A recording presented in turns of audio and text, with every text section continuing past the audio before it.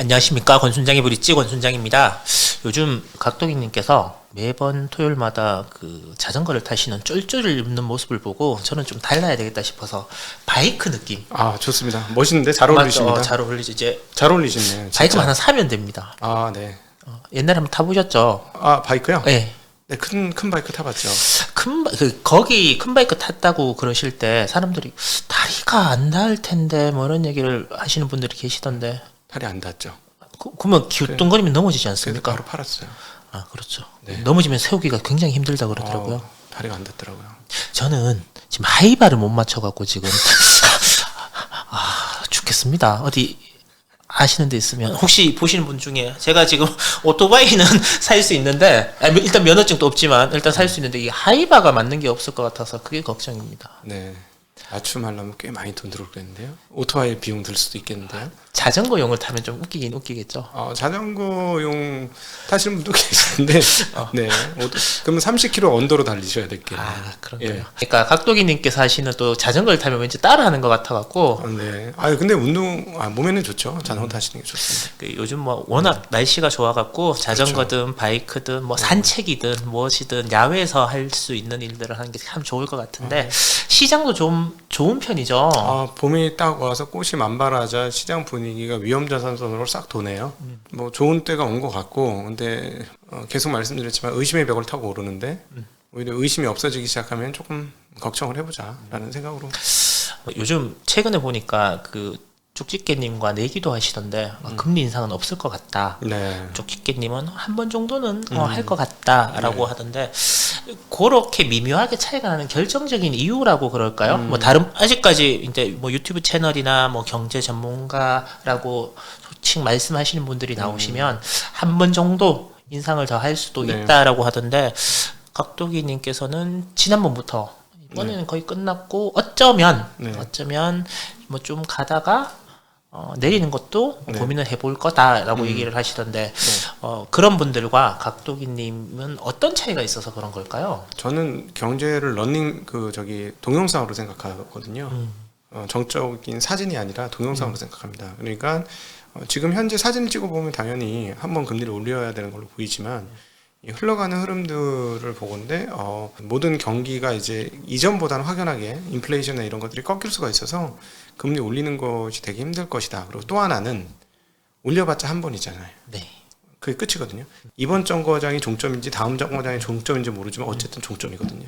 0.25. 네네. 근데 투자를 하는 입장에는 선제 대응을 해야 되는 네. 거예요. 그러면 마지막 터미널이 있으면 지금부터 이미 선제 반응은 시작이 될 거예요. 그런 측면에서 보면 지금이 이제 터미널이라고 생각하고 투자해도 전혀 문제가 없다는 거죠. 근데 뭐 어떤 사람들 중에서는 금리가 이제 내려가는 걸 보고 투자를 하겠거나 아니면 금리 다 올린 걸 보고 투자하겠거나 이러면 사실 상당히 많은 찬스를 잃을 수도 있는데 그래서 그런 게 조금 선제적 대응으로 말씀드린 거고, 그리고 사실은 상당 부분 좋은 찬스를 잃은 거죠. 주식 거래소가 10%, 지금 영상을 찍고 있는 이날 10% 올렸고 코스닥은 24%대 올랐습니다. 이 정도면 강세장이에요. 코스닥은 전 세계에서 가장 많이 오른 증시인 걸로 제가 알고 있거든요. 참고로 2020년 저희가 처음 만났을 2020년 연초 대비 연말 수익률이 40%예요.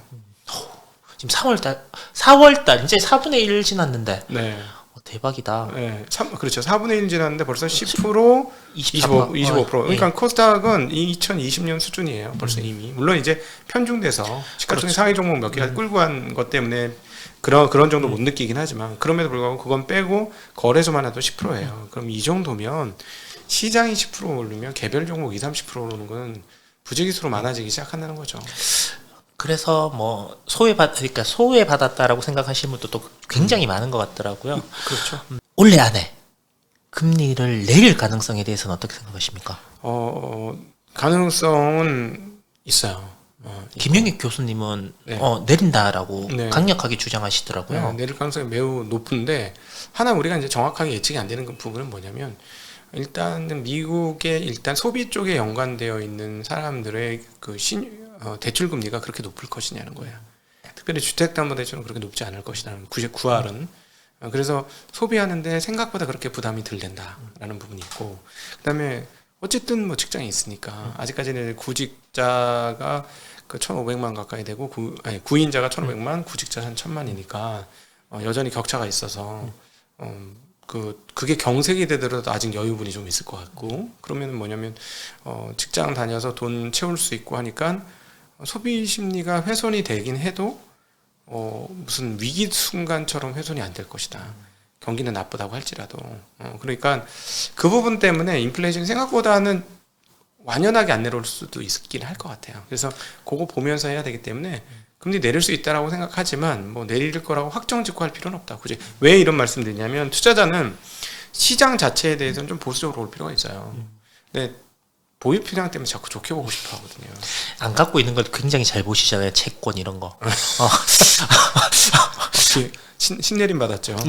채권 신내림이야. 하루짜리도 맞추고 있어요. 하루짜리 움직임까지 미쳤어 아주. 최근에 나오시는 그 이렇게 리서치 센터장님께서 그 방송에 나오셔서 지금은 채권을 좀 가지고 있다가 채권에서 수익을 보고 그리고 나면 이렇게 한번 조정이 왔을 때 그 이제 수익 본 걸로 주식에 뛰어드는 전략이 가장 좋은 전략이다라고. 기관한테는 그렇게 할 수 있을 것 같아요. 개인한테는 별로 무의미한. 왜냐 100억 정도 이상 갖고 있으신 분들한테 의미 있어요. 왜냐하면 안정적으로 차익과 그 캐리를 다 따먹는, 즉 이자와 그다음에 자본 차익을 따먹을 수 있기 때문에 그러면은 의미가 있죠. 채권 한 100억 정도 사가지고 이자 돈으로 한 2억 5천 받고 그다음에 운 좋게 또 캐리로 한 3, 4억 오케이 가능성 열려 있으니까 콜. 근데 개인 투자자들한테 지금 5% 10% 게임이 아니에요. 작년에 깨진 걸 생각해 보세요. 재작년에 깨진 거를. 작년 재작년에 보통 20% 이상은 다 나락 빠졌거든요. 고점 대비 지금 20몇 %씩 빠져 있으니까 여전히 바닥에서 또 이렇게 올랐음에도 불구하고 그러면 개별 종목 단으로 잘못 물린 거는 3, 40%씩 물려 있는데 개중에 상태가 나쁘지 않은 놈들은 오히려 그거 못하게 하는 게 훨씬 더 빠를 수도 있어요. 10%는 금방 수익 날 수 있는 장이다 라는 거죠. 그래서 오히려 갖고 있는 것 중에 많이 빠진 것 중에 똘똘한 놈들은 물타기 고민 한번 해보셔야 돼요. 물타기의 마지막 단계일 수도 있어요. 그러니까 개인 뭐 큰 돈을 자금을 움직이지 않는 이상은 오히려 그런 전략이 훨씬 더 좋을 수도 있다라는 말씀처럼 이제 들리고 제가 써먹어야 될 전략인 것 같습니다. 저는 진짜 실전 방법은 저는 제가 말씀드리는 건 다 실전의 다 경험담이야. 지금 제 계좌가 좀 어떠냐 하면 이제 마이너스가 많이 났을 거 아닙니까? 올해 초까지. 보니까 돈은 좀 써야 되고 보니 마이너스 난 걸 팔긴 좀 그렇고 플러스 난 걸 계속 조금씩 팔았어요. 주식시장이 많이 올랐는데 지금 제 계좌를 딱 열면 다 마이너스예요. 다 팔아 먹어가지고. 오른 건 다 팔아먹었어. 그러니까 오른 건 다 팔아먹었어. 그래서 지금 고민입니다. 그래서 안 팔고 있는 전략. 사실 뭐 그것도 방법이에요. 사실은 물타기를 하면 좋죠. 그런 것들이 그 종목들이 나쁘지 않다면. 왜냐하면 물타기를 했으면 수익률이 엄청 좋거든 지금. 제가 작년에 엄청 물타기 했지 않습니까? 돈이 한 푼도 없었어요.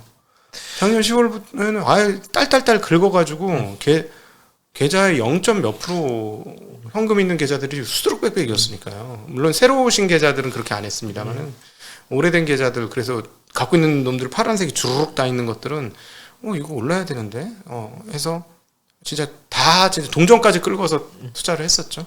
예. 알겠습니다. 이게 다시 돌아가서 연준에 대한 이야기를 한번 해보고 싶은데 항상 연준을 바라보고 연준의 생각이나 이런 것들을 따라서 가겠다라는 말씀을 굉장히 많이 하셨잖아요.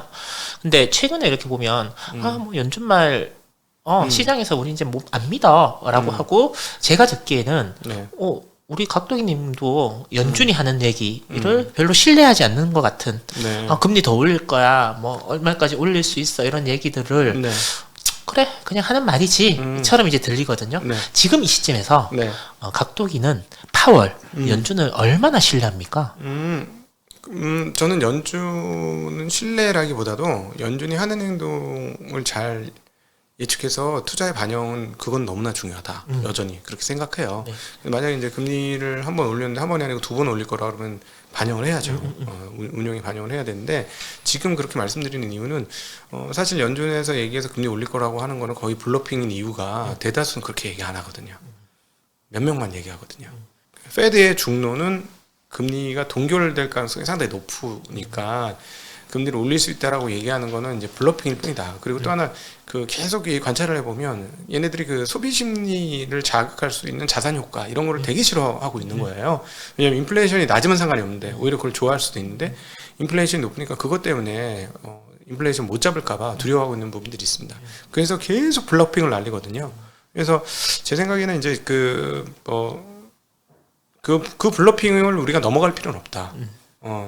대신에 거기에 맞게 대응하면 된다. 그래서 안 믿는 건 아니고 연준은 기준점이죠. 기준점에서 생각하는데 제가 이제 자꾸 얘기하는 거는 선제적 반응이니까 기준점의 그림이 다 그려진 게 끝났는데 다음 그림을 그려야죠. 어떤 분은 파월은 그러니까 실수를 하긴 했지만 네. 그 다음부터 했던 얘기들은 그리고 그 실수도 전쟁이라는 특수한 상황 때문에 그렇죠. 실수를 한 거지 크게 잘못한 게 없다. 그래서 파월이 지금 하는 얘기 그리고 앞으로 그래서 금리도 계속 올릴 수 있고 올리고 나서 올해는 안 내리고 내년 이맘때쯤 내년 중순 때까지도 고금리가 계속 유지가 될 거라고 계속 이야기를 하는데 네. 시장이 자기 유리한 대로 생각을 해서 그렇죠. 지금 그렇다. 그래서 결국 그렇게 믿으면 크게 다칠 것이다. 다칠 것이다. 이렇게 얘기하시는 분들이 또 계시더라고요. 그분들의 논리나 이런 것들에 대해서는 어떻게 참고를 하시는 네. 부분들은 있으신 건가요? 저는 이제 제가 직접 제 눈으로 채권을 보잖아요. 네네. 결국 어디에 위치를 할 거냐면 시장은 채권의 생각과 연준의 생각 그 사이 어디쯤에서 이 밴드가 있으면 여기가 패드가 있으면 여기가 채권 시장에 있으면 현실 상황은 요 사이 여기를 왔다리 갔다리 하다가 어느 지점에 점이 찍히고 어느 지점에 점이 찍히고 어느 지점에 점이 찍히는 게 현장의 경계가 될 것이다라고 보는 거예요. 왜냐하면 채권 친구들도 무시할 수 없어요. 근데 제가 가끔 채권 되게 무시하는 발언을 하죠. 예, 그렇죠. 얘네 완전 패닉 빠졌네요. 앞으로 다 며칠간 보지 마세요. 이건 재정 수준이 아니에요. 그래서 제가 그 3월 말일 날 이제 얘네들이 좀 정신이 차린 것 같고 이제 정상화되고 있습니다. 라는 말씀을 드려요. 정신이 빠져 있더라고요, 애들이. 채권이 완전 혼미 속에 빠졌어요. 하루에 20몇 bp 밑으로 위로 계속 움직이는 거는 이건 제가 보기엔 말이 안 되는 거예요. 그러니까 주식시장으로 따지면은 뭐 하루에 2~3%씩 계속 오르락 내리락 쭉 올라가는 것도 아니고 올랐다가 내렸다. 이거는 정신이 없는 거거든요, 뭔가. 그러니까 지금 채권 시장이 그랬다가 정신을 차렸으니까 이제부터는 채권이 하는 얘기에 대해서 귀담아 들어야 돼요. 얘들이 하는 시장 예측에 대해서. 얘네 계속 말씀드렸지만 얘네는 시장 예측이 목숨줄이니까 주식은 안 그렇습니다. 주식은 시장 그렇게 정확히 안 맞춰도 돼요. 채권은 오히려 주식시장보다 채권 시장을 좀 더 정확히 맞춰야 되는 입장인 거고 그 다음에 이제 연준은 되게 상대적인 관계에 있어요. 얘네들이 채권은 그나마 덜한데 주식의 부의 효과들이 세게 나오면 자꾸 뭔가를 채찍을 쳐서 죽이든가 아니면 불을 떼어서 올리든가 이런 입장이 좀 있습니다. 그래서 그 연준의 이야기들은 어떤 속내에서 했는지 그 속마음을 좀 읽어볼 필요는 있을 것 같아요. 예. 관심법으로 보면 보이긴 보입니까 요즘은? 아니 맨날 보니까. 맨날 보니까. 맨날 보니까. 그러면 사랑에 빠지는 거 아니에요? 맨날 보고 나면? 아니 그건 아닌데 그 요즘 그래서 그 AI 그 생성형 AI 챗GPT? 예. 그거가 번역을 해주면 우리 거 번역을 해서 미국에 팔아야 되겠다. 그런 생각이 들어요. 왜냐면은 미국 애들이 미국 시장 분석하는 거 보면은 이 정도밖에 못하나? 뭐 수억 이상 받을 텐데. 걔네 연봉 높거든요. 그 수억에서 두 자릿수 수십억 받는 애들도 있을 텐데. 저는 인사이트를 보라는 거예요. 그 인사이트 시장의 면면의 속마음을 읽어낼 수 있는 걸 읽어야 투자자한테 도움이 되는데 생각보다 미국의 분석가들이라는 사람들이 저기 휴가지에서 노는 애들 같아. 우리는 전쟁터거든. 한국 주식시장은 전쟁터예요. 우리는 까딱하면 죽어버려. 한국 그 주총에서 CEO들은 막 무릎도 꿇고 하던데요? 아니 무릎 꿇기 전에 본인이 잘했어야지. 전쟁터 제가 그거 보면서 이 시장은 참 무서운 시장이다 우리나라. 아니 그건 주주를 다 망하게 했으니까 그럼 무릎 꿇어서 될 일도 아니지. 무릎 꿇어서 해결되면 참 좋게요. 근데 그렇게 하지 말았어야죠. 회사가 망했는데. 그러면 각도기님이 만약에 채권까지 하시면 지금처럼 잘 맞추실 수 있을까요? 채권요? 채권 이렇게까지 못 맞출 거예요. 왜 그러냐면 이렇게 자주 매매할 수가 없어. 근데 채권은 자주 매매해야 되거든. 걔네의 가격을 결정하는 거는 거시 상황이지만 시세 외에는 아무것도 없는 애들이에요. 네. 얘네들이 앞으로 웅장한 미래를 펼쳐나갈 애들이야. 라고 자체적으로 뭔가를 개발했어. 성장 동력이 만들어졌어. 이게 아니잖아요. 그러니까 인컴은 픽스되어져 있고 정해져 있는 상황인 거고. 그러니까 모든 게 거시경제 흐름에 따라서 경제가 나쁘면 금리가 내려갈 거니까 가격이 올라갈 거고. 예. 경제가 좋아지면은 과열이 되면 막기 위해서 금리가 올라가니까 채권 가격이 떨어질 것이고. 이거밖에 없는 거잖아요. 예, 예. 그럼 이거는 트레이딩을 해야 되는 거예요. 끝없이. 근데 제가 이제 트레이딩 능력이 없어서 아마 채권을 실제로 이렇게 해보면 그렇게는 못하대. 근데 저건 있죠. 포지션은 잡겠죠. 지난번 저 매수할 때입니다. 저는 지금 매수하기 좋은 때라고 생각합니다. 그런 정도는 하겠죠. 그래서 매수해서 들고 가는 거. 그건 하겠죠. 많은 분들이 요즘 채권쟁이라고 이렇게 놀리는 댓글도 달리고 이렇게 해서 제가 이제 그쪽 부분에 대해서 좀 이제 여쭤봤던 거고요. 또 이제 다른 그러니까 위기가 지나갔다고 생각하고 약간 과열의 느낌까지 있으니까 그 시장에 대해서 이제 부정적으로 생각을 이제 피력하시는 분들은 2008년 위기 때도 이름도 듣지 못했던 미국의 은행이 이제 망하고 그 다음에 미국 외에 좀 유명한 네. 큰 은행이 망하고 네. 그러다가 다시 돌아와서 미국 내에 있는 뭐 리만이라든지 그 당시 AIG 보험회사 네. 세계에서 제일 크다는 보험회사가 이제 넘어가는 그런 금융위기가 왔었는데 지금 시장을 보면 네.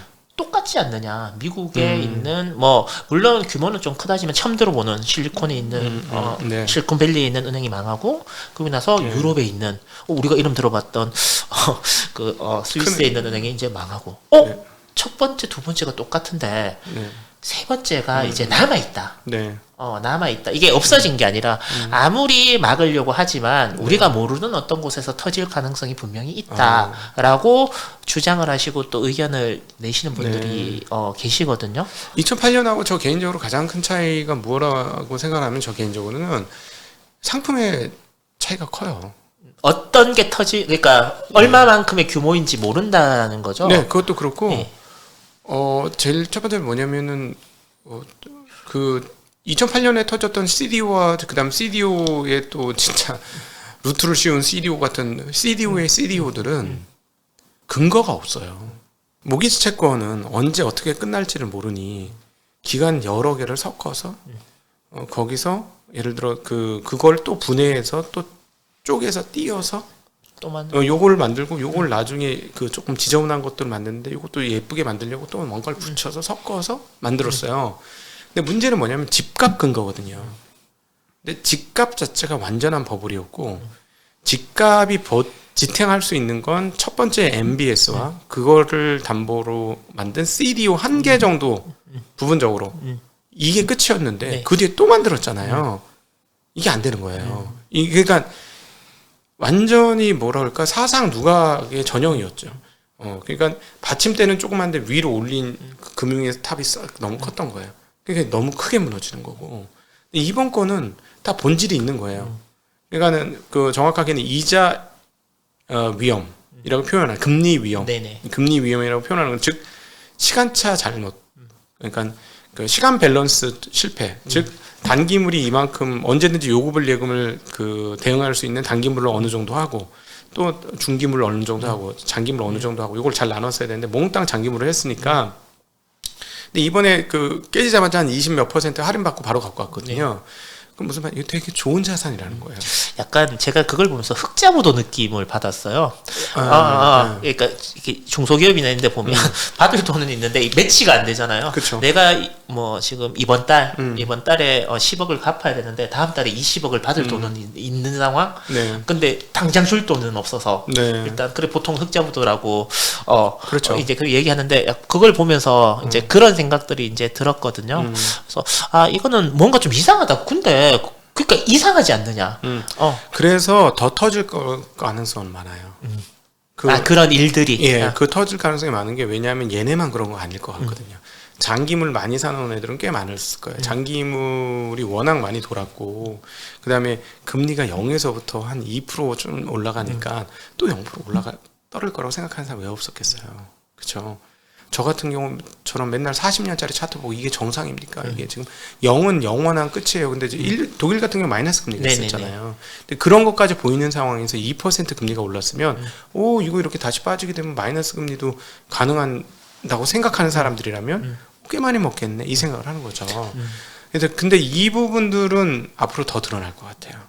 분명히 있어요. 제가 보기에는. 그러면 그런 것들이 터진다 하더라도 연준, 뭐 미국 정부에서 어떤 분들은 뭐 내년 대선이 있기 때문에 다 막을 것이다. 네. 뭐 이렇게 얘기하시는 분도 있고 또 상업역 부동산은 정확한 숫자가 맞는지 모르겠지만 계산이 나온다. 뭐 4조 5천억인가? 네. 그런 부실이나 이런 것들 네. 그러면 그 정도는 충분히 커버가 가능하다. 또 네. 이렇게 얘기를 하시는 분도 있는데 이걸 보시는 분들이 이런 거죠.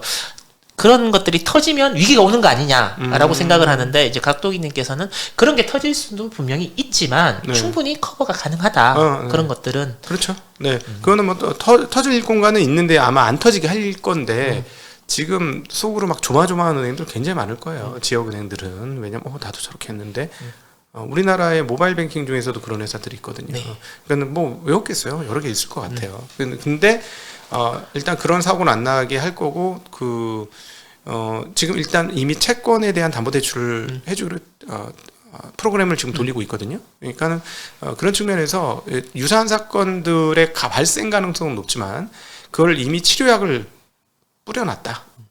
그렇게 보시면 되겠어요. 저도 뭐 찌라시를 봐서 그런지 모르지만 배구하는 은행 있잖아요. 돈 네. 얼마 없는 것도 제가 싹 다 옮겨갖고 네.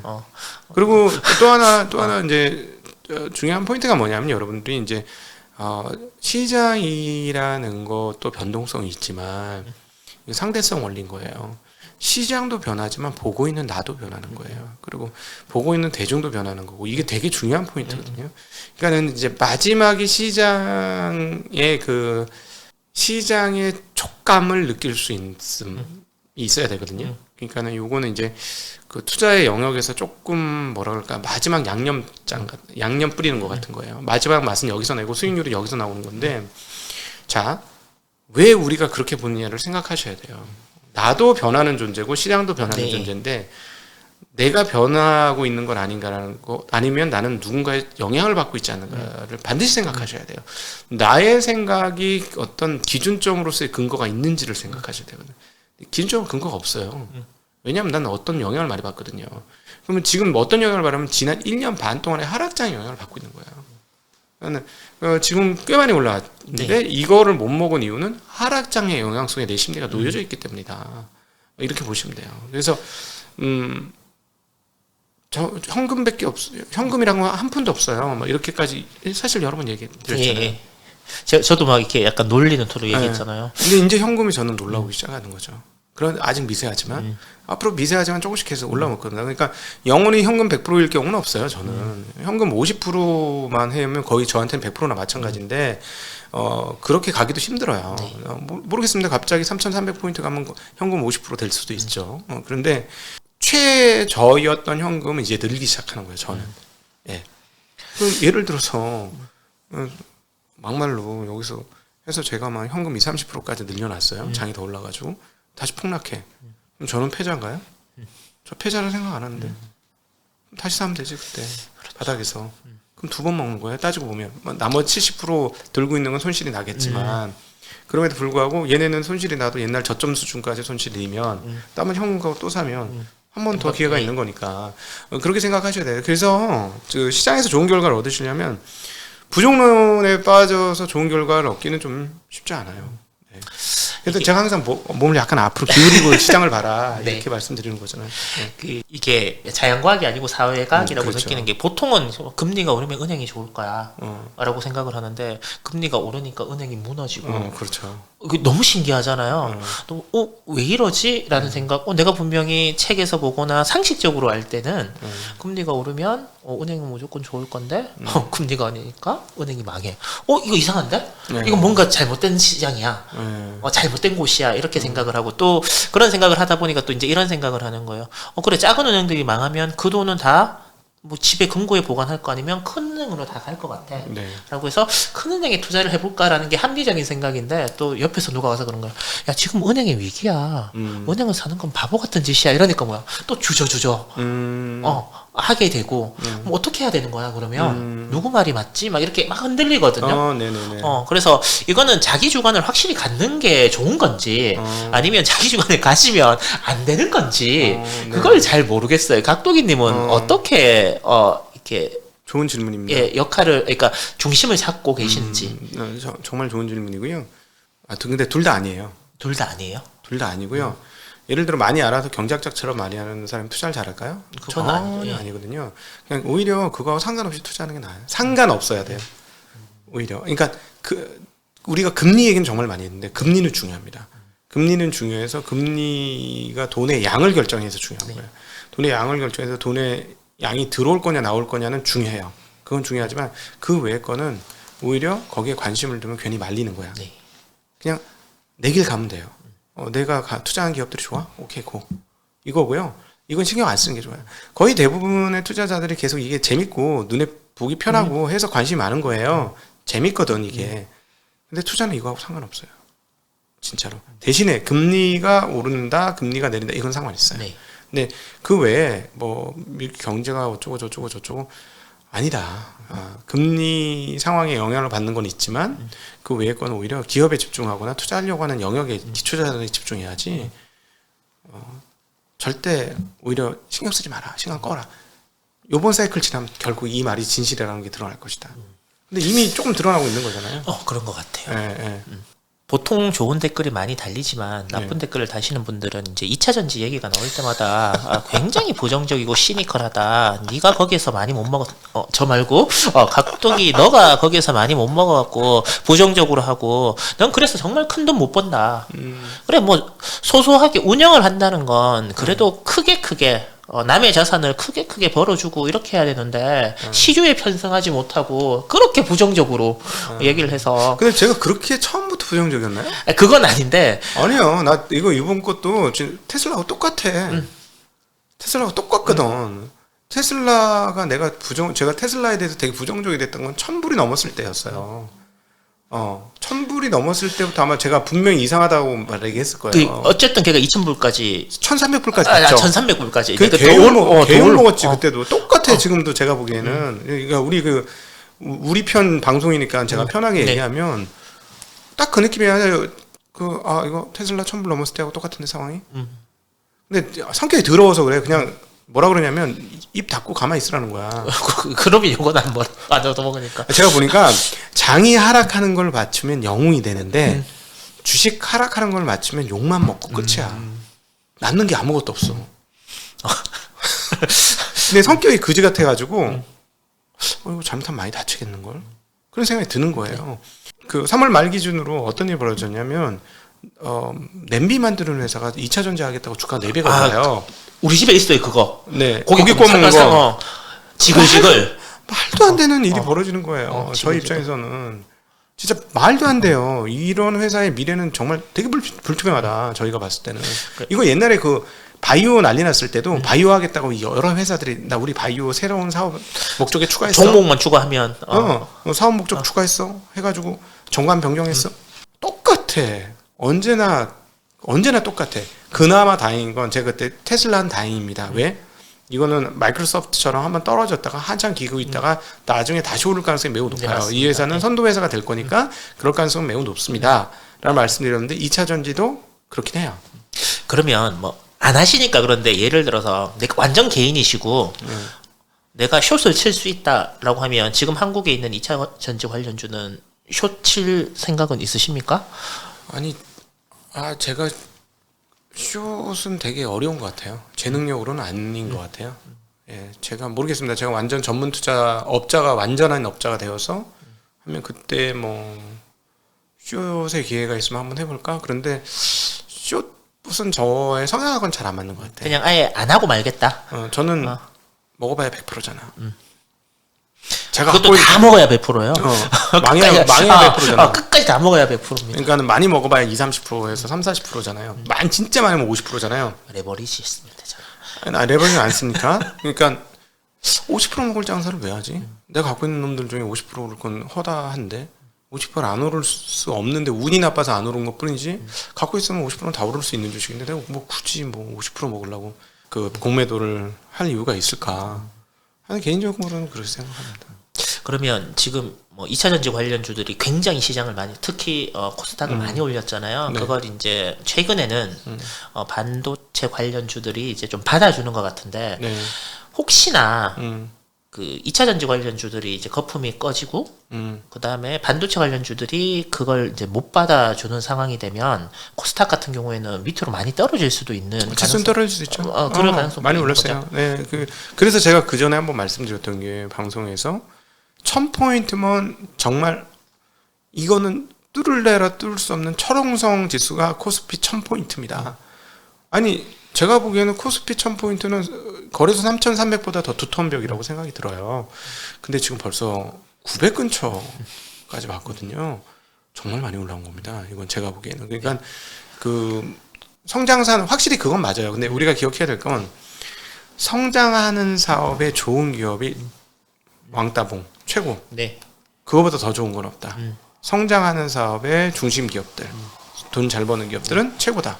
이걸 다시 한번 확인한 건 네. 맞고요. 그럼에도 불구하고 이제 그 테슬라 1000달러 넘을 때 굉장히 부정적인 얘기를 했던 건 뭐냐면 3년과 5년 안에 무슨 일이 단 한 번도 없이 모든 좋은 일만 계속 벌어질 수 있다라고 누가 장담할 수 있느냐는 거예요. 3개월 후도 모르겠는데. 그러고 났더니 조금씩 이상한 일이 그때 발생했었잖아요. 뭐 재고가 늘었다든가 아니면 가격 그래서 할인을 한다든가 뭐 이런 얘기하면서 곤두박질 친 거 아니에요. 똑같아요. 2차 전지도 되게 미래가 밝고 좋다고 생각하는데 3년에서 5년 동안에 아무런 일이 한 번도 없이 잘 갈 수 있다는 보장을 누가 할 것이냐라는 게 문제인 거죠. 근데 참고로 꾸준히 저희 방송을 보시면 아시겠습니다만은 저 사실은 200달러 미만 떨어지면서도 급 관심을 가지게 됐고 네. 제가 150달러 깨지면서는 분석을 해드렸어요. 네, 맞습니다. 적정가까지 떨어졌다. 그 얘기는 사실은 제 속마음으로 이게 적정가였던 적이 언제 있었어. 적정가 왔으니까 얼마나 좋아. 근데 적정가 밑으로 떨어졌어요. 맞아, 130. 130불 정도 기준으로 제가 한 130불 내외를 제가 적정가라고 표현드렸는데 그 100불 때 초반까지 떨어졌고 103불인가? 네. 그럼 사라는 얘기잖아요. 네. 저는 제 기준대로 말씀을 드릴 거예요. 앞으로 2차 전지도 예를 들어 만약에 사야 될 때가 오면 뭐 사자고 얘기는 드릴 겁니다. 예. 근데 지금 상황은 보시면 IRA의 상황들에 의한 특수 상황들이 조금 있었습니다. 그러니까 중국이 배제가 된 사건이 굉장히 큰 사건이었습니다. 아시다시피 중국은 세계 최대의 전기차 국가이고요. 거의 그 대수로 따지면 거의 대부분이 중국에서 나온다. 그런 데에서 그걸 다 커버하고 남는 만큼의 배터리를 만드는 회사들이 배제됐잖아요. 지금. 그런데 완벽하게 배제됐느냐 그건 또 몰라요. 왜냐면은 지금 2차 전지 기준으로 세상을 보시면 안 되고 전기차 기준으로 보셔야 돼요. 관점을 당연하죠. 네. 관점을 전기차 기준으로 보셔야 돼요. 왜 2차 전지 기준으로 보셔요? 전기차 관점에서 2차 전지를 봐서 이게 쇼티지고 모자랄 거야 하면 좋은 거고 전기차 관점에서 전기차들이 행동을 어떻게 할까를 보고 결정하셔야 되고요. 2차 전지에 댓글 다시는 분들 중에 제가 이거 좀 잘 모르시고 정말 무모하구나라고 제가 느꼈던 게 뭐냐면 테슬라를 인정 안 하더라고요. 테슬라 인정 안 해요. 그 요즘 이렇게 배터리로 유명하신 분이 네. 이제 약간 이제 그런 식으로 말씀을 하시니까 이해가 안 되는 거예요. 테슬라가 없었으면 전기차가 없었어요, 여러분. 그 과거 2차 전지가 왜 이렇게 뒤늦게 설비 증설을 급하게 하게 됐는 이유는 전기차가 된다는 보장이 없고 믿음이 없었어요. 왜냐하면 내연기관은 전기차를 만들어도 손해야. 적극적이지 않았습니다. 네. 그래서 증설하라고 해도 안 했어요. 왜냐면 뭐 니네가 할 것도 아니면서 왜 맨날 우리 보고 다 부담시라 그래? 안 했어요. 근데 그거를 테슬라가 뚫어서 쭉 만들어낸 거거든요. 그 시장을. 그런데 뭐 다른 회사도 엄청나게 쓸 거니까 막 이렇게 얘기를 하는데 아니죠. 전기차를 개척하고 지금 선도하고 있고 대수 기준으로 선도하고 있는 업체가 테슬라이기 때문에 전기차와 2차 전지 밸류 체인에서 테슬라가 무슨 행동을 어떻게 하는지는 정말 너무나 중요합니다. 그거 반드시 체크를 하시면서 가셔야 되는 거예요. 4680도 다 사실 테슬라가 지금 기술적 개척을 해가지고 이제 수요를 올리려고 다른 회사들이 지금 난리를 하는 거니까. 그래서 이분들이 잘 모르고 하네 투자를. 그래서 걱정이 좀 되죠. 그나마 이제 다행인 점은 전기차는 시대적 요청입니다. 참고로 저는 전기차 오너고 전기차로 바뀌어야 된다고 생각하는 사람이에요. 그러고 보니까 저하고 같은 게 없네요. 저는 네. 거의 뭐 전기차와는 전혀 반대인 그런 네. 차를 타고 네. 자전거를 타고 싶어 하시니까 괜히 오토바이 면허증을 따고 싶고 막 이렇게 네. 약간 통과 제리 느낌. 그래서 어쩌면 이 얘기나 이런 부분들이 네. 그러니까 다른 차량에서 만약에 이렇게 질문을 하면 좀 불편하고 좀 왜 저러지? 라고 하는데 제가 이렇게 질문을 드려도 어떤 마음인지 알고 또 네네네. 이제 오래 해서 좀 괜찮을 것 같아서 이제 여쭤보는 건데 또 한 가지 더 개인이 주도하는 장세다. 특히 코스닥은 그렇죠. 그렇게 얘기를 하고 거기에 변동성을 뭐 하루에 뭐 15%씩의 변동성, 뭐 10% 올랐다가 5% 떨어졌다가 또 15% 올랐다가 또 뭐 마이너스 10% 됐다가 하는 그런 변동성을 즐기시는 분들이 많으신 것 같아요. 뭐 경마도 즐길 수 있고 빠친코도 즐길 수 있는 거 아닌가요? 예. 근데 그 주식을 도박처럼 도박장에 가면 그냥 돈을 잃어버린다라고 네. 재밌게 논다라고 생각하고 저도 뭐 좋아하거든요. 네. 예, 그때는 내가 돈을 따겠다는 생각보다는 재밌게 놀고 오겠다라는 생각인데 주식을 도박처럼 하면서 돈을 따겠다 그러니까 저는 사실 그걸 보면서는 조금 좀 이상하다. 즐기시면 되죠. 투기자도 한 영역입니다. 유동성 공급자로서의 한 영역이에요. 유동성 유동성 공급자로의 자기 돈을 대준다는 게 아니라 예. 거래를 하게 만들어주는 유동성 공급자로서의 그 한 축이기 때문에 그냥 저는 계속 그래요. 경마장에 왔으면 경마를 해라. 예. 투기를 하러 들어왔으면 처음부터 끝까지 투기 논리로 해라. 투기로 들어왔다 투자하지 말아라. 네. 투자로 들어왔다 투기하지 말고. 예를 들어서 가격 변동성이 커진 거는 말기적 현상이에요. 제 경험상 20년 동안 보면 가격 변동이 크게 일어날 때는 손바뀜이 계속 일어난다는 건 주인이 계속 바뀌는 거잖아요. 하루에도 주인이 2번씩 바뀌는 게 세상에 그게 있을 수 있는 일인가요? 그건 없는 일이잖아요. 물론 이제 그 기업들은 이제 대주주들의 주식을 갖고 있으니 그렇지는 않은데 거래량으로 보면은 상장 주식 수 대비 상당히 높은 수준의 거래량이 나온다는 거는 주인이 계속 바뀐다는 얘기예요. 그거는 정상적인 상황은 아닌 거죠.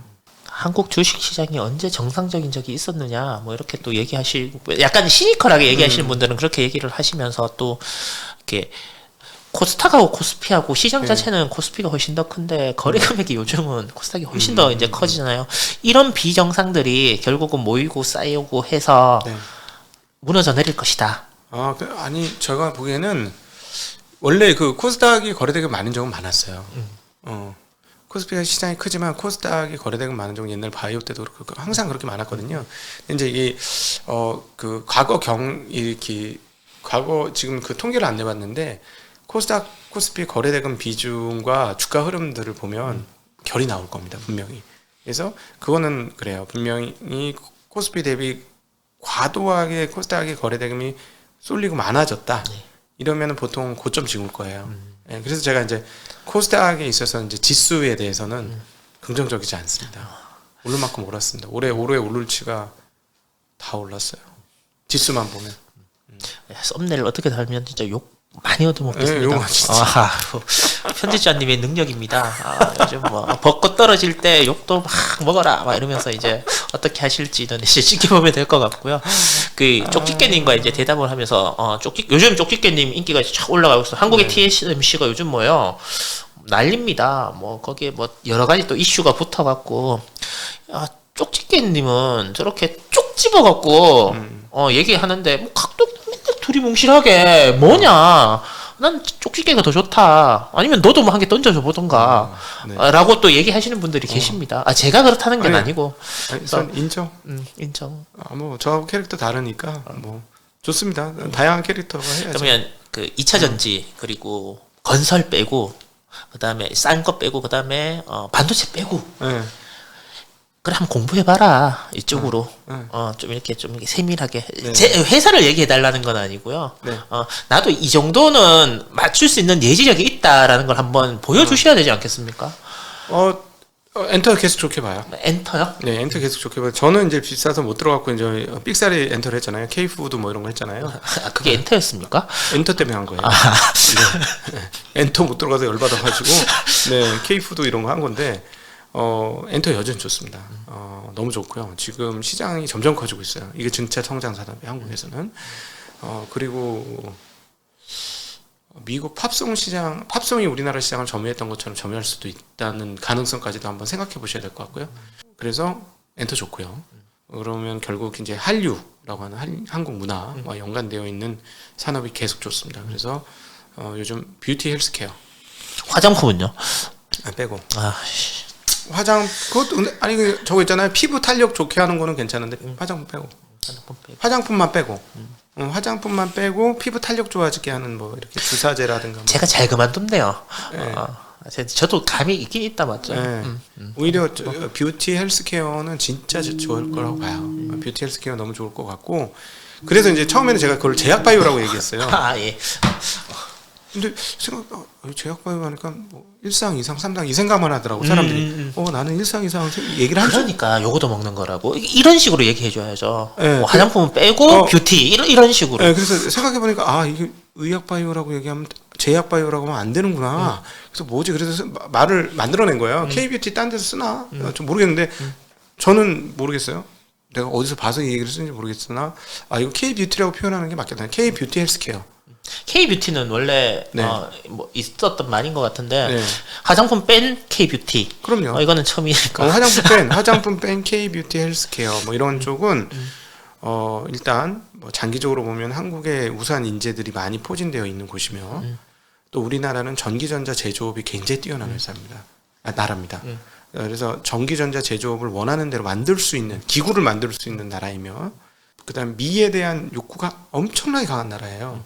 미에 이빨도 들어갑니까? 당연하죠. 예, 알겠습니다. 네네. 그래서 그런 쪽은 앞으로 우리나라가 굉장히 잘할 수 있는 성장 산업이다. 그래서 그쪽은 뭐 오른 것도 꽤 있지만 여전히 또 찾아보면 가능성 있는 게 많다. 알겠습니다. 한국까지 얘기했으니까 그 미국에 있는 동네 바보형 인텔 있잖아요. 인텔 많이 갑자기 있잖아요. 네. 나 카페에다 썼는데 어. 네, 여러 번 썼습니다. 카페 네이버 카페. 그러니까 아니 그런 식으로 얘기하니까 살까 말까가 고민되잖아요. 요거는 좋고 요건 나쁩니다. 그나마 제가 미국 주식이니까 거기까지 얘기한 거예요. 한국 주식 그렇게 얘기했으면 저 수갑 차요. 잡혀가야죠. 리딩방은 안 잡혀갔는데 왜 우리는 잡혀? 나 진짜 안타깝습니다. 요즘 문자 많이 안 오세요? 저는 다 잘랐어요.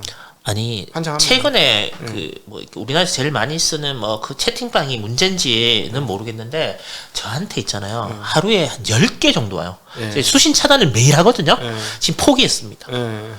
이제 장이 좋아지고 있다는 얘기죠. 장이 좋아지고 있다. 뭔가 숨 돌릴 틈이 생겼으니까 장이 나빴을 때 안 왔거든. 걔들이. 근데 경쟁력이 없잖아. 없을 때 보내줘야지. 장이 안 좋을 때 보내야. 걔네들은 뭐 어쨌든 뭐 그 사람들은 회비 따먹는 게 목적이니까. 근데 그게 큰 장사입니다.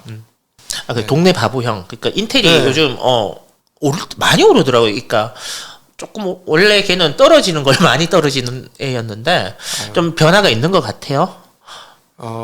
제가 인텔을 그 카페에서 얘기할 때는 저의 그 이제 성향이죠. 밑으로 공간은 그렇게 많지 않고 위로 공간이 열린 주식을 워낙 좋아하는데 네. 사실상 여전히 삼성전자를 제외하고 전 세계에서 매출과 이익이 가장 좋은 반도체 회사는 인텔이에요.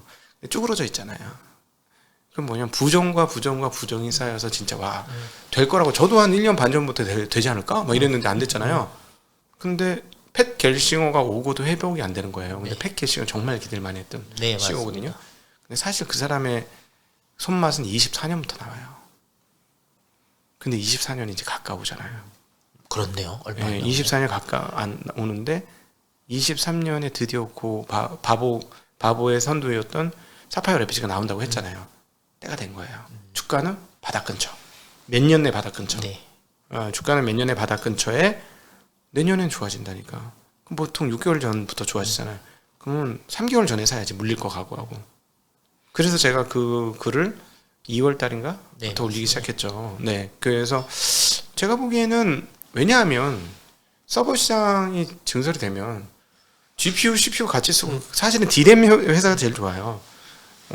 D램도 좋다고 보는데 근데 얘는 지금 너무 바보됐는데 얘네들의 그 기술 혁신들의 내용들을 보면 새롭게 채택될 가능성이 매우 높은 것들을 만들고 있고 그 다음에 저력의 인텔입니다. 여전히 뭐냐면 무슨 말이냐면 집적도 높은 반도체 칩을 만드는 데는 역시나 선두권이에요. 네, 그거를 완전히 무시할 수는 없어요. 물론 뭐 일단 인텔의 CPU 시대는 갔고 GPU 시대가 왔다라고 하는데 또 24년도에 폰트페큐어라는 GPU도 이제 본격적으로 이제 사용될 가능성이 있거든. 그쪽 가능성도 열려 있어요. 근데 저기보다 훨씬 싸게 만들 거예요.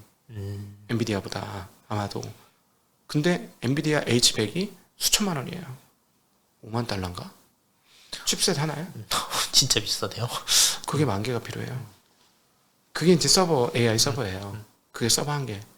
그러니까 서버 네, 그 시스템 한 개. 그러니까 이게 너무 천문학적인 돈이 들어가서 그걸 싸게 할 수 있으면 길이 열릴 수도 있어요. 그리고 또 하나 지금으로는 엔비디아가 너무나 압도적인 쿠다 생태계를 갖고 있는데 이거 아니면 AI는 생각조차 못하는 정도 수준인데요. 근데 제가 처음에 말씀드렸잖아요. 이거 제일 큰 문제는 전기세다. 전기요금이다. 전기요금 어떻게 감당하지? 연산을 이렇게 수억 번을 돌려야 되는 시스템이면 이거 너무 안 되는데. 그러면 어떤 칩이 나와서 전력을 극단적으로 적게 쓰게 만들어주면 생태계가 이동할 수도 있어요. 어차피 킬러 앱은 아직 안 나왔어요. 네. 그러니까 킬러 앱을 만들 애들이 그래 이걸로 하면은 지금 사실은 챗GPT 같은 거 유료잖아요. $20 월. 근데 그것도 적자일 거라고요. 그렇겠죠. 네. $50 받아도 적자일걸요.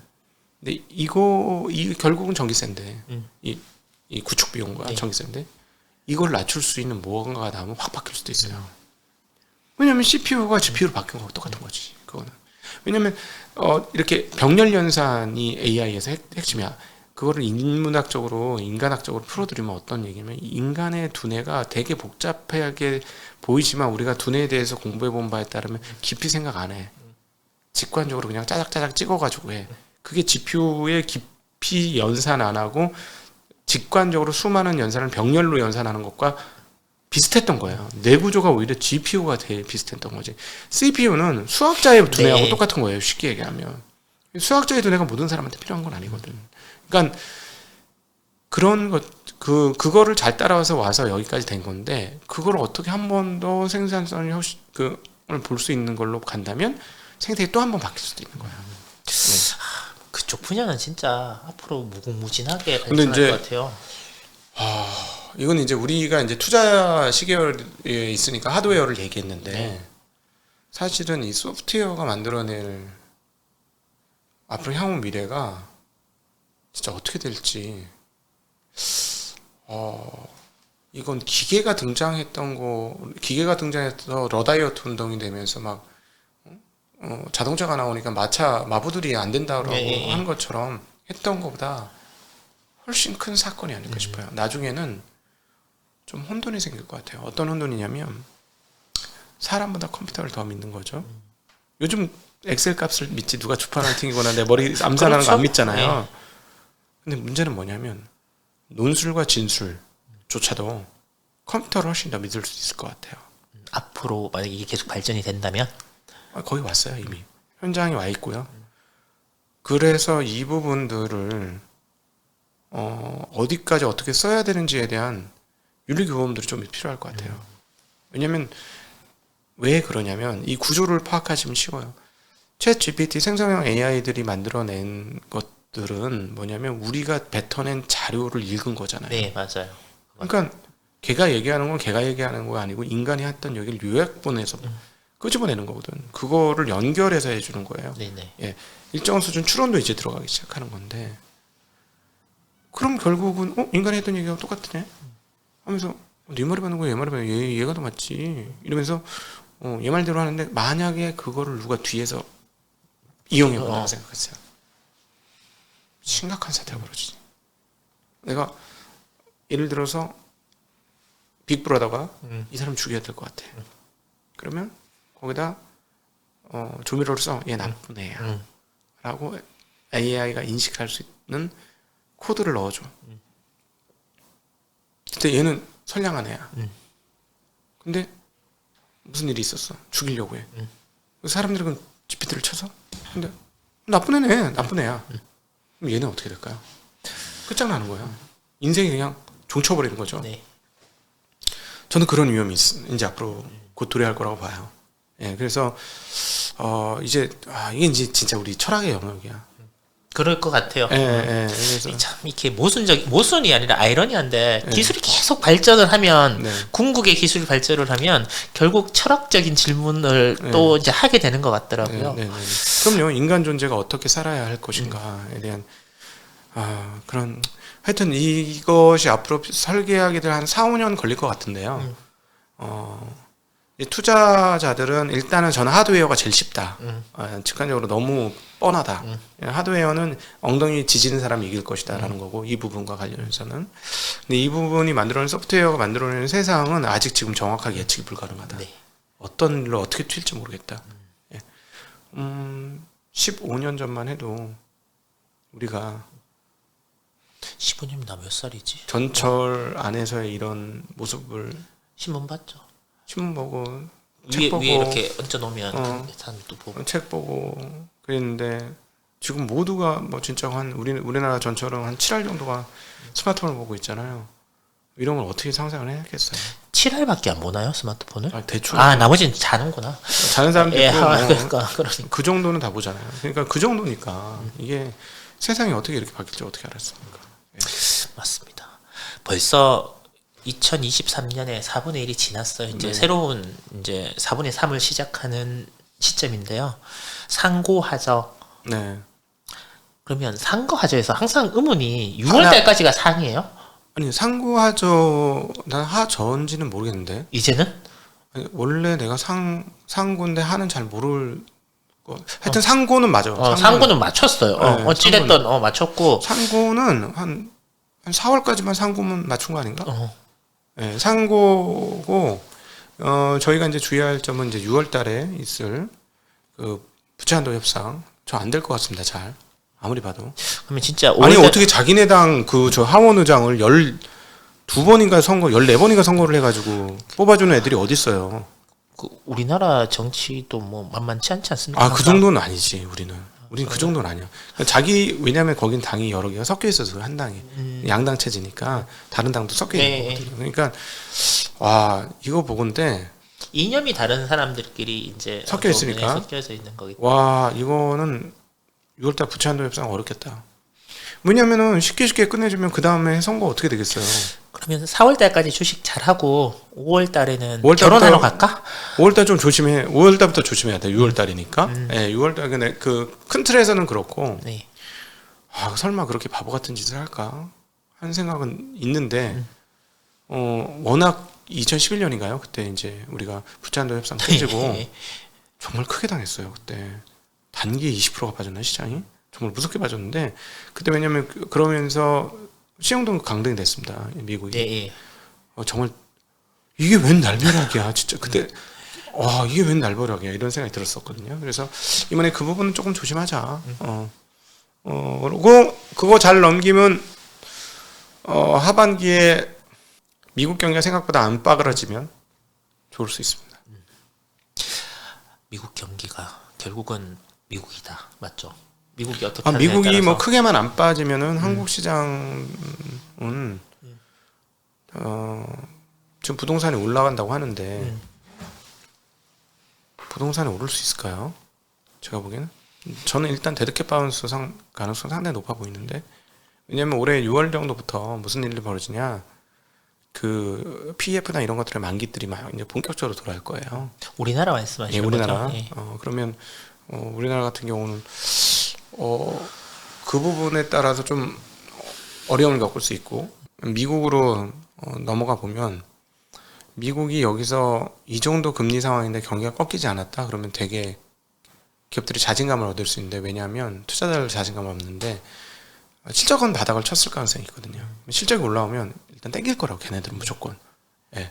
우리도 중순을 어떻게 돼? 한국 같은 경우도 중순에 그런 PF나 이런 것들을 잘 통과하고 나면 거칠 것이 없고 또 하나 그 얘기를 드리다 잠깐 또 딴 데로 빠졌는데 부동산이 쉽게 올라올 것 같지 않습니다. PF 다시 아까 그 얘기를 다시 얘기해 보면 PF 관련해서 부동산이 쉽지 않을 것 같으면 돈이 없을까요? 우리나라 사람들도 돈 많아요. 투자할 데가 없는 거지. 딱 그거지. 바닥에서는 절대 사람들이 돈이 안 들어와. 근데 올라요. 뭐 한 2,600, 2,700까지 갔어. 근데 PF 했는데 잘 통과했어. 그럼 어떻게 되겠어요? 투자할 데가 없어. 금리 3%? 2%? 근데 주식시장에서 야 15% 20% 수익 났다는데 이렇게 되니까 이게 대체 시장이 약해지면 주식시장이 좋아질 수 있어요.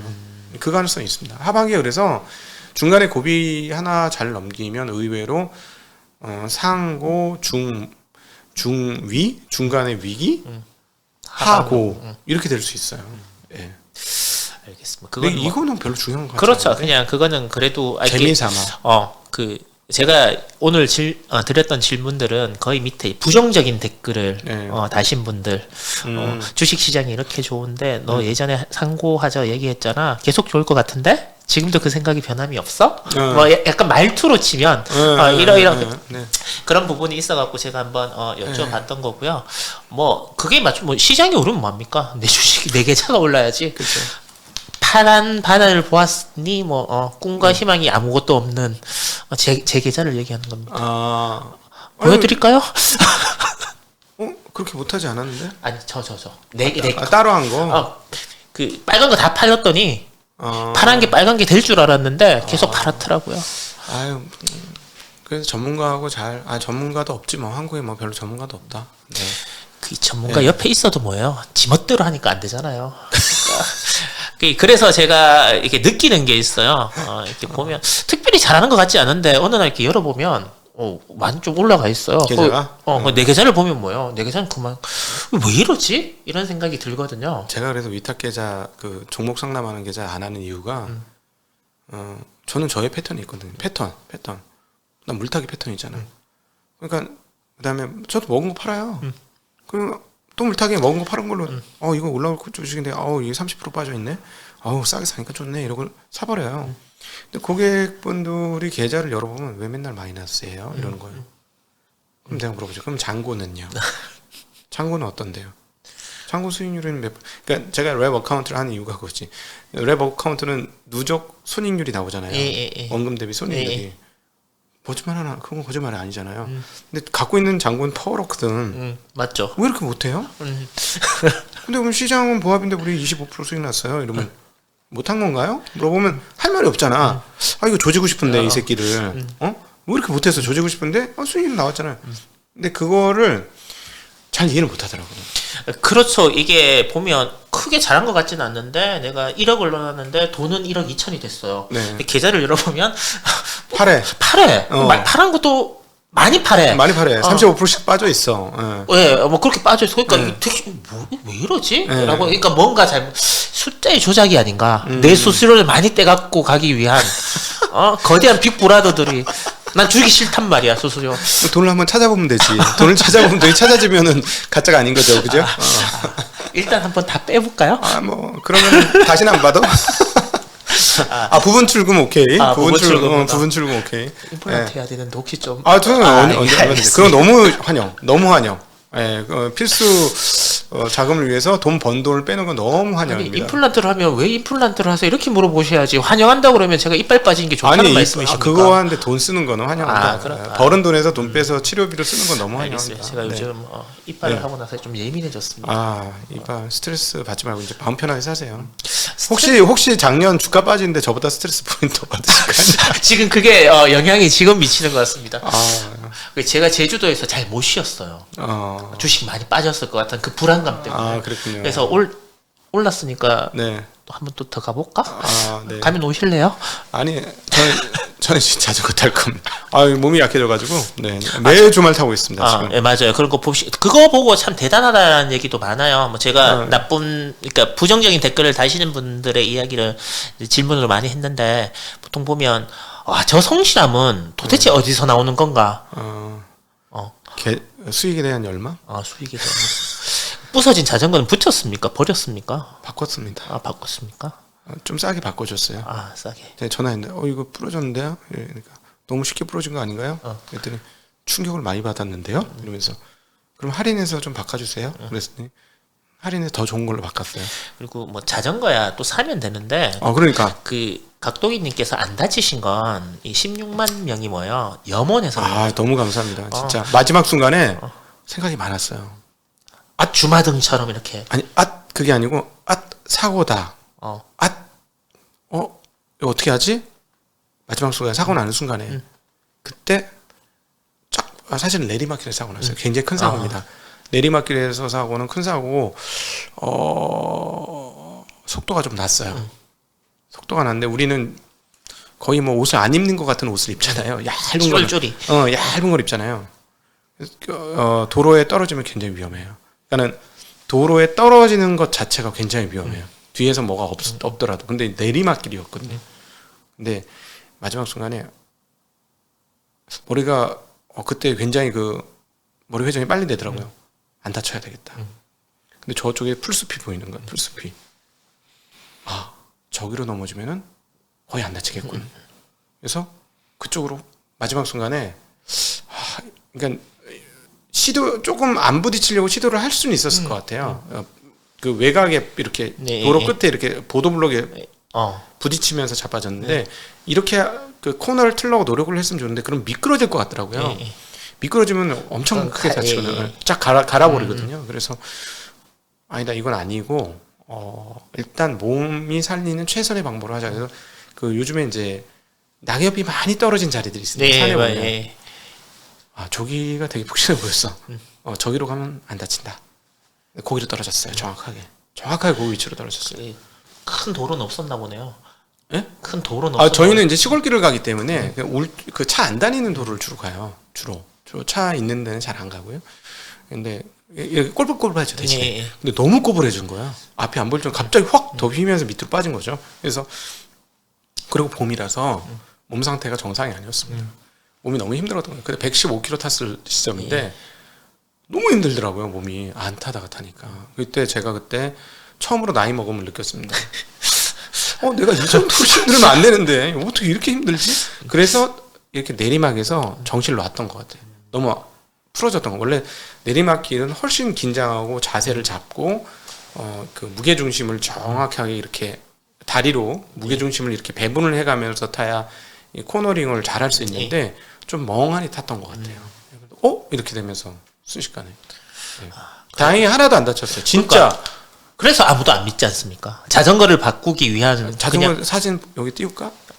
아니 증거가 있어야지. 쪼개진 거 한번 띄울까? 그러니까 안 다쳤으니까 이런 거죠. 그 의심의 벽을 이제 계속 타고만 있는 사람들은 집에서 자전거를 안 바꿔주니 바꾸고 싶은데 기변을 안 하니 부쉈다. 그래놓고 어떻게 저렇게 멀쩡할 수가 있느냐. 그리고 저 같은 사람들은 의문이 이런 거죠. 만약에 여기 얼굴을 갈았으면 방송을 했을까? 큰일 났죠. 그러면은 진짜. 그러니까 그게 예를 들면 다른 데가 아니고 얼굴을 만약에 다치셨으면 어떻게 방송을 하셨을까라는 게 굉장히 붕대 감고 했겠죠. 하긴 하셨을 거죠. 입만 움직일 수 있어요. 여러분 우리 각도기님이 이런 분이십니다. 그러니까 방송이 안 나오시면 딱 한 번 방송이 결방된 적이 있는데. 네, 한 번 있었어요. 기억이 안 나는 제 기억 한 번 있었던 것 같아요. 한 번은 있었던 것 같습니다. 네. 그 얘기 기억나셨죠? 더 이상 말씀은 안 드리고 저는 이유를 알고 있습니다. 제 문제로 안 하는 적은 없죠. 네. 그런 건가요? 제가 몸이 아프다고 안 하지는 않아요. 몸이 다치거나 이러지는. 네. 알겠습니다. 네. 아무튼 이런저런 얘기도 많이 마지막에 궁금해하신 분들이 많이 자전거 타다가 자전거가 이렇게 부서졌다라고 하는데 또 너무 멀쩡하니까 또 못 믿으시는 정말 여러분들 덕분이었던 것 같아요. 여러분들이 그렇죠? 무사하게 안전하게 타세요 기원을 해준 게 천사가 저를 지켜준 게 아닌가 하는 생각이 듭니다. 진짜 잠깐만 자전거 부서진 거 보시면 정말 대단한 사고였어요. 저는 각도기님이 성실하고 대단하다라고 느끼는 게 간혹 가다가 저랑 금요일 날 저녁에 원래 술을 잘 못 하시거든요. 근데 과음을 좀 하실 때가 있는데 그 다음날 아침에 저는 약간 그런 생각을 해요. 아침 방송 오늘 못 하겠지? 라고 보면 이상하게 평소보다 더 빨리 토요일 날 올라오는 경우가 있더라고요. 또 아무렇지도 않게 보면서 대단하다. 힘들어요. 대단하다. 되게 힘들어요. 그러면서 근데 예를 들어 미국 시장이 안락하면 천천히 가는데 꼭 그럴 때 장이 빠지거나 좀 장이 안 좋거나 이런 적이 좀 많았던 것 같아요. 네. 그래서 이분의 성실함은 내가 믿어도 되고 그래서 앞으로도 계속 함께 해도 되겠구나라는 생각을 많이 하고. 성실함은 대단한 무기는 아닌 것 같은데. 아니에요. 주식을 잘해야지 주식을. 이제 따라오는 거라고 생각을 네. 하는 거죠. 예, 주식을 더 잘했으면 좋겠어요.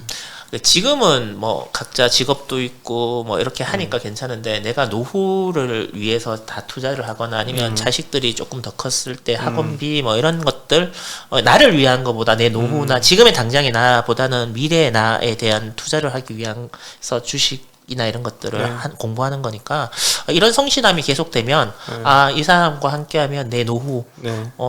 또 내 자식들이 컸을 때 조금 더 많은 학원을 보낼 수 있겠다. 자식들을 이런 마음으로 이제 함께 하는 것 같아요. 노후 자금으로 생각하시고 오신 분은 굉장히 환영하고요. 대신에 이제 중간에 나가지 마시고 죽이 되든 밥이 되든 계속 함께 하시는 게 좋고요. 제가 못할 때도 있지만 결국 회복합니다. 그러니까 사실은 22년치는 회복했거든요. 지금 다행히. 그래서 21년 9월 고점을 지금 회복해야 돼요. 정확하게 9월 17일이 저희 고점이었어요. 그거 회복할 때까지는 시간이 걸립니다. 왜냐면 워낙 지수가 많이 빠졌기 때문에. 네.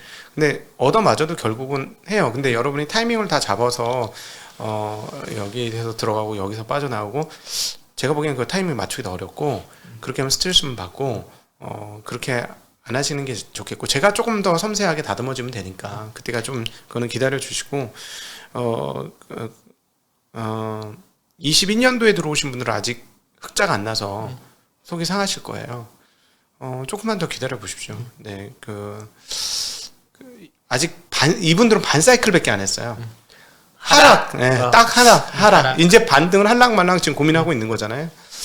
근데 이분들은 상승 고점이면 한 사이클을 경험하시는 거예요.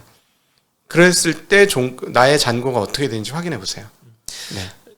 아시는 분은 아시겠지만 제가 얘기를 종종 해서 제가 2020년 2월 28일 날 랩을 가입을 했습니다. 네. 그래서 가입한 날짜가 그날이니까 운영은 이제 3월 초가 됐겠죠. 네.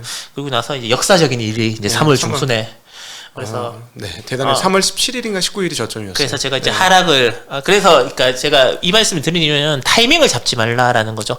그래 주식이 좀 올랐으니까 그러니까 뭐 이렇게 중순쯤에 뭐 부채 한도 협상이 좀 안 돼서 주식이 좀 떨어지면 내가 이 돈을 가지고 가서 맡기면 수익률이 극대화될 거야라고 하는데 그때 되면 아마 은행에 이자를 검색하고 계실 겁니다. 그 돈은 왜냐하면 망할 것 같거든요. 맞아요. 그래서 5천만 원이 넘으면 아마 두 군데를 알아보실 겁니다. 아니면 우체국을 가던가. 그래서 그냥 지금부터 조금씩 이렇게 한 번쯤 그러니까 주식 투자도 마찬가지고 뭐 랩을 생각하시는 분들도 타이밍을 너무 많이 재지 마시라는 말씀을 제 경험을 빗대어서 다시 한번 전해드리고 싶습니다. 네. 못할 때도 있는데 조금 이해해 주시고 근데 결국 저는 책임감은 있어요. 개인적으로 성실함보다는 저는 책임감이 저한테 더 무거운 것 같아요. 오히려 책임을 좀 벗어버리고 싶다 하는 생각을 가끔 할 정도인데 그건 저는 반드시 책임감을 가지고 벗어버리지 마십시오. 그거는 본인의 몫입니다.